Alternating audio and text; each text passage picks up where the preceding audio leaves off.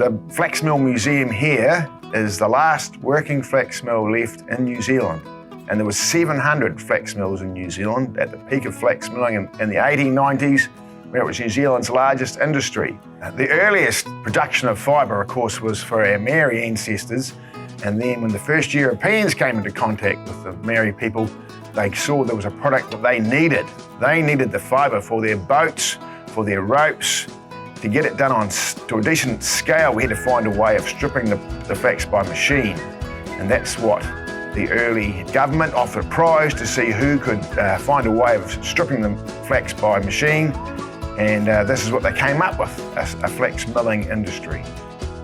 The process involves the bulk cutting of flax, bringing it to the flax mill where it's graded by length, and you feed 2 blades at a time through the stripping machine, which has feed rollers and a big stripping drum at the back that rips off 90% of the vegetation. It takes a lot of horsepower. The fibre is then washed and dried.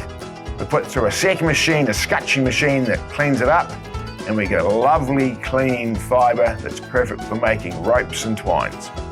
My great-granddad came to this property and leased it in 1910 for flax milling. The flax mill was further down the property, shifted the buildings and all the machinery to this site, and they needed a lot of men to run a flax mill. Needed about 15 to 20 men, and it was closer to Riverton where there was men available to work. So that's when he came. And they were all terrible old wooden buildings with tin roofs because they used to get shifted. As soon as they'd cut enough flax in the area, they moved it to the next position. They also burnt down a lot too, so they were relatively temporary buildings. It was the only sustainable use of a native New Zealand plant. The harakeke, of course, just grows back. It has that brilliant gum at the bottom that the Maori people always used to put on cuts and gashes, and it had this incredibly strong fibre, which was an essential part of our ancestors' lives. The whole flax milling industry shut down in 1972 because it was uneconomic to process the plant for fibre for the prices they were getting. The future of flax milling, I think, will be about not making cheap products like ropes or shopping bags. It'll be about making products that people value. It'll be replacing things like fiberglass and carbon fibre, and we'll be able to use the gum and the seed oil.